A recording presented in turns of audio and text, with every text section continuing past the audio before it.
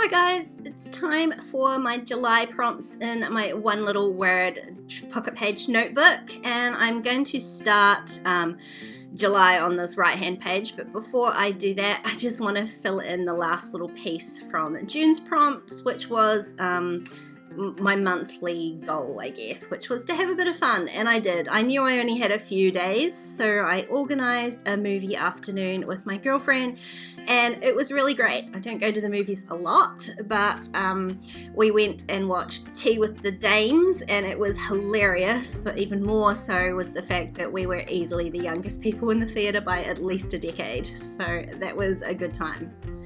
Now, July's prompt was a little bit painty, I guess, and Ellie's results for that were cards to put into the pocket pages that she uses, but because I'm using my pocket page notebook, I decided that I would just fill up a few pages with the same sort of painty things. So I am by no means a mixed media expert, but I just grabbed a big A3 piece of paper, and first you saw me smushing some gesso down to prep the paper. It's not watercolor paper or anything like that, it was just a heavyweight card, I guess.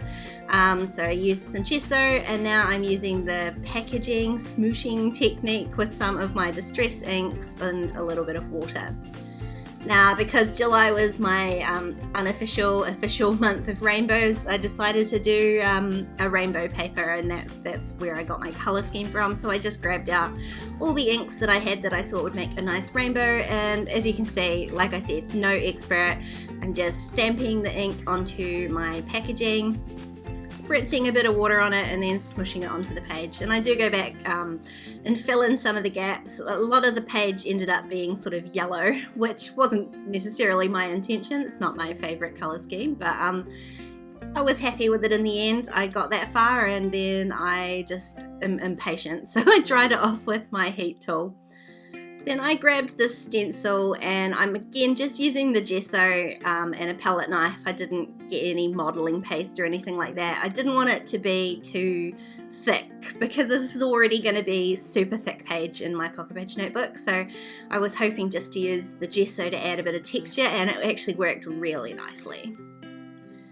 And then the last step, I'm going to use these really pretty metallic watercolors again because I'm super obsessed with them. So I'm just going to do sort of splatters. I wondered about doing bigger splatters like that, but you'll see me tissue that one off because I like these little splatters better. So I'm just doing like tone on tone again with those rainbows. I went through and did one color, like one pink, then one orange, then one yellow, but you'll see me, I go back and I add a couple of different greens and a couple of different pinks just to add that little bit of variation. So there you go, that's where I decided the big drop had to go. And it's kind of hard to see on video. These watercolors take a long time to sort of soak into the paper, and any paper, not just because this one's got gesso on it or anything. They do take a while to dry, so I did heat these with my heat tool, but I also just left the paper to dry on its own. And once it's dried, once the water sort of absorbs into the paper or dissipates anyway, it just leaves this most metallic shine. It's so beautiful, kind of like the Heidi Swap shine sprays, but much easier to use in my opinion.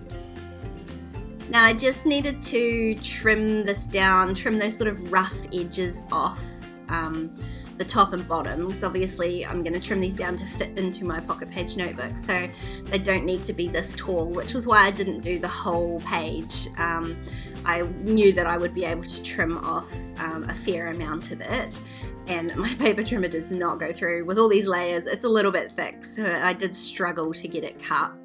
And I'm just trimming it into 3 panels because I'm going to end up with 3 pages in my pocket page notebook.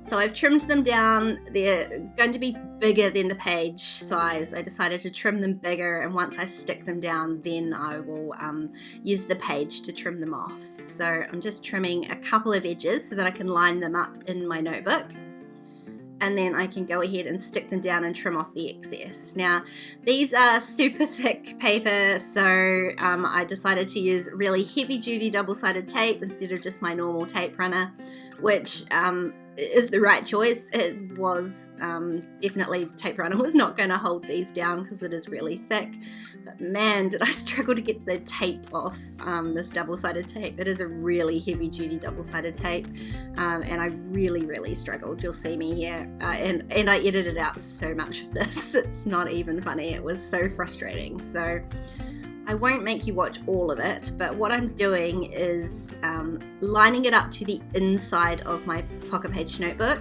leaving a little bit of a gap so that it can actually bend at the crease. And then once it's all stuck down, I'm just trimming off those two edges that that overhung the pages. So that is my first page, and I am putting these in order, the rainbow order that they were created in. And I didn't want you make me faff about with the second page there, but that one's stuck in. And now my third page will actually slip into the pocket, which makes it super easy. I just used a pencil to mark out how big that needs to be, and then I can just trim off those little excess pieces and slip that into the pocket nice and easy. So that's my 3 rainbow pages all done. And next I'm going to do the same thing as Ellie. I'm going to stamp out a phrase, and I wasn't sure what I was going to stamp out. I didn't have an actual quote. I just wanted to stamp out something. I wanted my theme for July to be about moving forward, about continuing to move forward. So I grabbed these 2 stamp sets from Kelly Stamps. That's the Railway Alpha and the Mini Alpha. And I'm just sort of making my own phrase, I suppose, a little note to self. So this page is going to say, keep moving forward. And I'm just, again, using the 2 alphas just for a bit of variety. And then on the next 2 pages, I did have to clip that down so I could keep it reasonably flat for stamping. I just wanted to remind myself that even small steps are still going forward. So I think sometimes I find it difficult to see progress if I'm not making like leaps and bounds and things, and that I do need to concentrate a little bit on just continuing to make those small steps as well, because they are still moving forward. So I purposefully stamped the word small with the small alphas. And then I was going to continue on the other side, but I decided to continue on with the small alphas just to draw the eye across the page. So this page will say, no matter how small each step. And I've just stamped it so it's going from the top left to the bottom right. So again, it draws your eye across that page. Now I felt like it needed something else. I wasn't done at this point, so I grabbed some of these stitching stamps that I had recently purchased, and I decided to stamp with some coloured inks on the coloured stripe, that it was the same colour, if you know what I mean. So like tone on tone stamping, I guess. And some of them worked better than others. Some of them were obviously much darker than the others, but like that blue shows up really well on video, but in real life it is much easier to see all of them. So I added 2 colours, 2 stamps on each panel of my pages here. And then I decided I would add some little stickers, these little tiny phrase stickers, because I love them. They're really positive, and I figured it just added another layer to these pages.